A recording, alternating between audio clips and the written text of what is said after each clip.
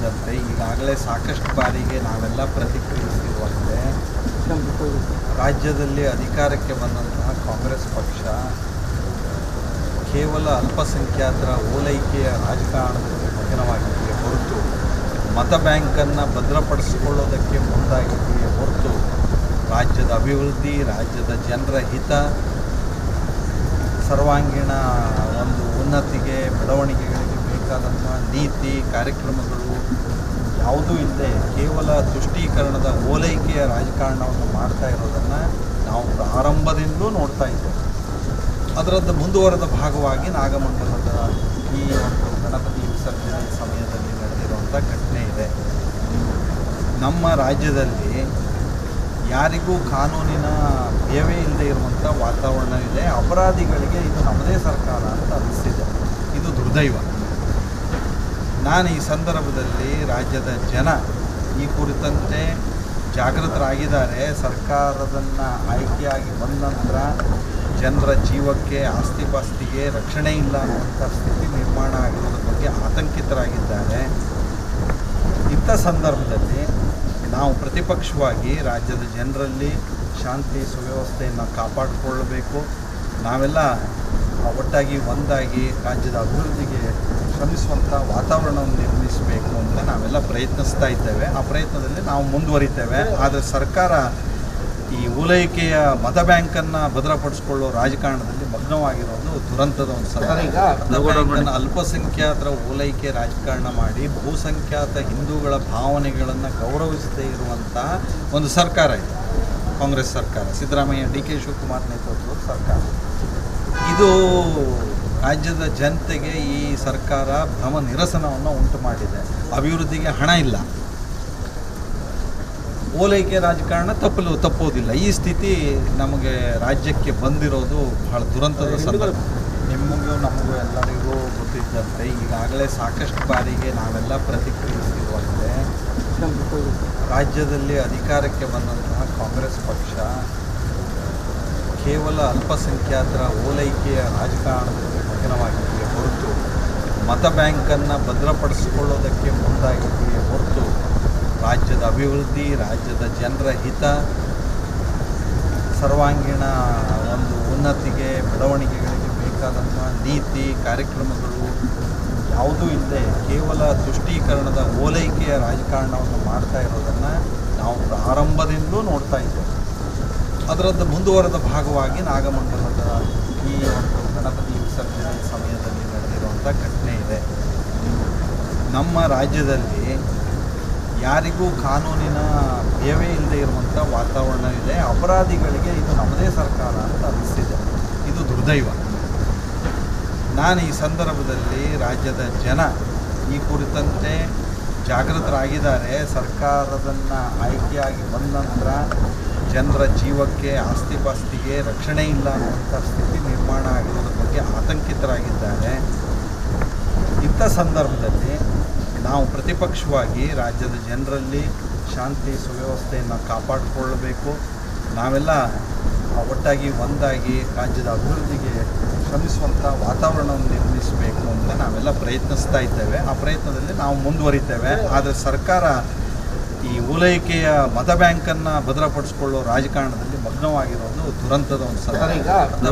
ಅಲ್ಪಸಂಖ್ಯಾತರ ಓಲೈಕೆ ರಾಜಕಾರಣ ಮಾಡಿ ಬಹುಸಂಖ್ಯಾತ ಹಿಂದೂಗಳ ಭಾವನೆಗಳನ್ನು ಗೌರವಿಸದೇ ಇರುವಂಥ ಒಂದು ಸರ್ಕಾರ ಇದೆ ಕಾಂಗ್ರೆಸ್ ಸರ್ಕಾರ, ಸಿದ್ದರಾಮಯ್ಯ ಡಿ.ಕೆ. ಶಿವಕುಮಾರ್ ನೇತೃತ್ವದ ಸರ್ಕಾರ.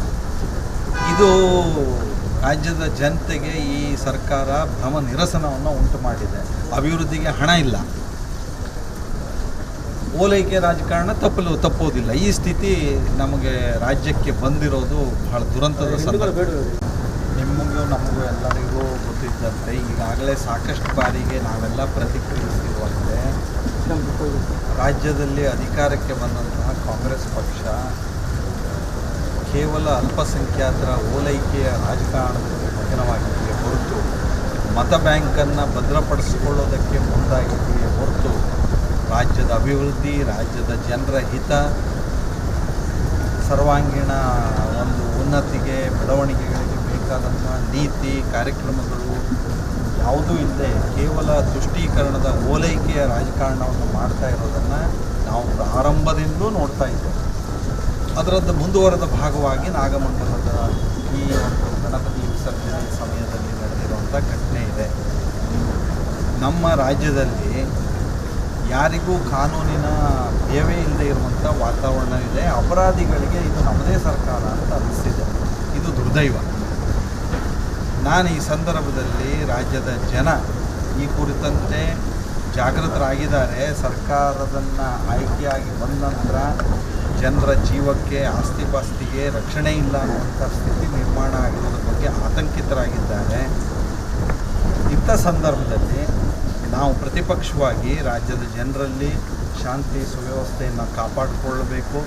ನಾವೆಲ್ಲ ಒಟ್ಟಾಗಿ ಒಂದಾಗಿ ರಾಜ್ಯದ ಅಭಿವೃದ್ಧಿಗೆ ಶ್ರಮಿಸುವಂಥ ವಾತಾವರಣವನ್ನು ನಿರ್ಮಿಸಬೇಕು ಅಂತ ನಾವೆಲ್ಲ ಪ್ರಯತ್ನಿಸ್ತಾ ಇದ್ದೇವೆ. ಆ ಪ್ರಯತ್ನದಲ್ಲಿ ನಾವು ಮುಂದುವರಿತೇವೆ. ಆದರೆ ಸರ್ಕಾರ ಈ ಓಲೈಕೆಯ ಮತ ಬ್ಯಾಂಕನ್ನು ಭದ್ರಪಡಿಸಿಕೊಳ್ಳೋ ರಾಜಕಾರಣದಲ್ಲಿ ಮಗ್ನವಾಗಿರೋದು ದುರಂತದ ಒಂದು ಸರ್ಕಾರ. ಅಲ್ಪಸಂಖ್ಯಾತರ ಓಲೈಕೆ ರಾಜಕಾರಣ ಮಾಡಿ ಬಹುಸಂಖ್ಯಾತ ಹಿಂದೂಗಳ ಭಾವನೆಗಳನ್ನು ಗೌರವಿಸದೇ ಇರುವಂತಹ ಒಂದು ಸರ್ಕಾರ ಇದೆ ಕಾಂಗ್ರೆಸ್ ಸರ್ಕಾರ, ಸಿದ್ದರಾಮಯ್ಯ ಡಿ ಕೆ ಶಿವಕುಮಾರ್ ನೇತೃತ್ವದ ಸರ್ಕಾರ. ಇದು ರಾಜ್ಯದ ಜನತೆಗೆ ಈ ಸರ್ಕಾರ ಭ್ರಮ ನಿರಸನವನ್ನು ಉಂಟು ಮಾಡಿದೆ. ಅಭಿವೃದ್ಧಿಗೆ ಹಣ ಇಲ್ಲ, ಓಲೈಕೆ ರಾಜಕಾರಣ ತಪ್ಪೋದಿಲ್ಲ. ಈ ಸ್ಥಿತಿ ನಮಗೆ ರಾಜ್ಯಕ್ಕೆ ಬಂದಿರೋದು ಬಹಳ ದುರಂತದ ಸಂದರ್ಭ. ನಿಮಗೂ ನಮಗೂ ಎಲ್ಲರಿಗೂ ಗೊತ್ತಿದ್ದಂತೆ ಈಗಾಗಲೇ ಸಾಕಷ್ಟು ಬಾರಿಗೆ ನಾವೆಲ್ಲ ಪ್ರತಿಕ್ರಿಯಿಸಿರುವಂತೆ ರಾಜ್ಯದಲ್ಲಿ ಅಧಿಕಾರಕ್ಕೆ ಬಂದಂತಹ ಕಾಂಗ್ರೆಸ್ ಪಕ್ಷ ಕೇವಲ ಅಲ್ಪಸಂಖ್ಯಾತರ ಓಲೈಕೆಯ ರಾಜಕಾರಣದಲ್ಲಿ ಮಗ್ನವಾಗಿದೆಯೇ ಹೊರತು ಮತ ಬ್ಯಾಂಕನ್ನು ಭದ್ರಪಡಿಸಿಕೊಳ್ಳೋದಕ್ಕೆ ಮುಂದಾಗಿದೆಯೇ ಹೊರತು ರಾಜ್ಯದ ಅಭಿವೃದ್ಧಿ, ರಾಜ್ಯದ ಜನರ ಹಿತ, ಸರ್ವಾಂಗೀಣ ಒಂದು ಉನ್ನತಿಗೆ ಬೆಳವಣಿಗೆಗಳಿಗೆ ಬೇಕಾದಂಥ ನೀತಿ ಕಾರ್ಯಕ್ರಮಗಳು ಯಾವುದೂ ಇಲ್ಲದೆ ಕೇವಲ ತುಷ್ಟೀಕರಣದ ಓಲೈಕೆಯ ರಾಜಕಾರಣವನ್ನು ಮಾಡ್ತಾ ಇರೋದನ್ನು ನಾವು ಪ್ರಾರಂಭದಿಂದಲೂ ನೋಡ್ತಾ ಇದ್ದೇವೆ. ಅದರದ್ದು ಮುಂದುವರೆದ ಭಾಗವಾಗಿ ನಾಗಮಂಗಲದ ಈ ಒಂದು ಗಣಪತಿ ವಿಸರ್ಜನೆ ಸಮಯದಲ್ಲಿ ನಡೆದಿರುವಂಥ ಘಟನೆ ಇದೆ. ನಮ್ಮ ರಾಜ್ಯದಲ್ಲಿ ಯಾರಿಗೂ ಕಾನೂನಿನ ಭಯವೇ ಇಲ್ಲದೆ ಇರುವಂಥ ವಾತಾವರಣವಿದೆ. ಅಪರಾಧಿಗಳಿಗೆ ಇದು ನಮ್ಮದೇ ಸರ್ಕಾರ ಅಂತ ಅನಿಸಿದೆ. ಇದು ದುರ್ದೈವ. ನಾನು ಈ ಸಂದರ್ಭದಲ್ಲಿ ರಾಜ್ಯದ ಜನ ಈ ಕುರಿತಂತೆ ಜಾಗೃತರಾಗಿದ್ದಾರೆ. ಸರ್ಕಾರದನ್ನು ಆಯ್ಕೆಯಾಗಿ ಬಂದ ನಂತರ ಜನರ ಜೀವಕ್ಕೆ ಆಸ್ತಿಪಾಸ್ತಿಗೆ ರಕ್ಷಣೆ ಇಲ್ಲ ಅನ್ನುವಂಥ ಸ್ಥಿತಿ ನಿರ್ಮಾಣ ಆಗಿರೋದ್ರ ಬಗ್ಗೆ ಆತಂಕಿತರಾಗಿದ್ದಾರೆ. ಇಂಥ ಸಂದರ್ಭದಲ್ಲಿ ನಾವು ಪ್ರತಿಪಕ್ಷವಾಗಿ ರಾಜ್ಯದ ಜನರಲ್ಲಿ ಶಾಂತಿ ಸುವ್ಯವಸ್ಥೆಯನ್ನು ಕಾಪಾಡಿಕೊಳ್ಳಬೇಕು. ನಾವೆಲ್ಲ ಒಟ್ಟಾಗಿ ಒಂದಾಗಿ ರಾಜ್ಯದ ಅಭಿವೃದ್ಧಿಗೆ ಶ್ರಮಿಸುವಂಥ ವಾತಾವರಣವನ್ನು ನಿರ್ಮಿಸಬೇಕು ಅಂತ ನಾವೆಲ್ಲ ಪ್ರಯತ್ನಿಸ್ತಾ ಇದ್ದೇವೆ. ಆ ಪ್ರಯತ್ನದಲ್ಲಿ ನಾವು ಮುಂದುವರಿತೇವೆ. ಆದರೆ ಸರ್ಕಾರ ಈ ಓಲೈಕೆಯ ಮತ ಬ್ಯಾಂಕನ್ನು ಭದ್ರಪಡಿಸಿಕೊಳ್ಳೋ ರಾಜಕಾರಣದಲ್ಲಿ ಮಗ್ನವಾಗಿರೋದು ದುರಂತದ ಒಂದು ಸರ್ಕಾರ. ಅಲ್ಪಸಂಖ್ಯಾತರ ಓಲೈಕೆ ರಾಜಕಾರಣ ಮಾಡಿ ಬಹುಸಂಖ್ಯಾತ ಹಿಂದೂಗಳ ಭಾವನೆಗಳನ್ನು ಗೌರವಿಸದೇ ಇರುವಂತಹ ಒಂದು ಸರ್ಕಾರ ಇದೆ ಕಾಂಗ್ರೆಸ್ ಸರ್ಕಾರ, ಸಿದ್ದರಾಮಯ್ಯ ಡಿ ಕೆ ಶಿವಕುಮಾರ್ ನೇತೃತ್ವದ ಸರ್ಕಾರ.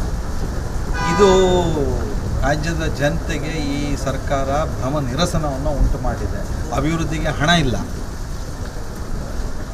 ಓಲೈಕೆ ರಾಜಕಾರಣ ತಪ್ಪೋದಿಲ್ಲ. ಈ ಸ್ಥಿತಿ ನಮಗೆ ರಾಜ್ಯಕ್ಕೆ ಬಂದಿರೋದು ಬಹಳ ದುರಂತದ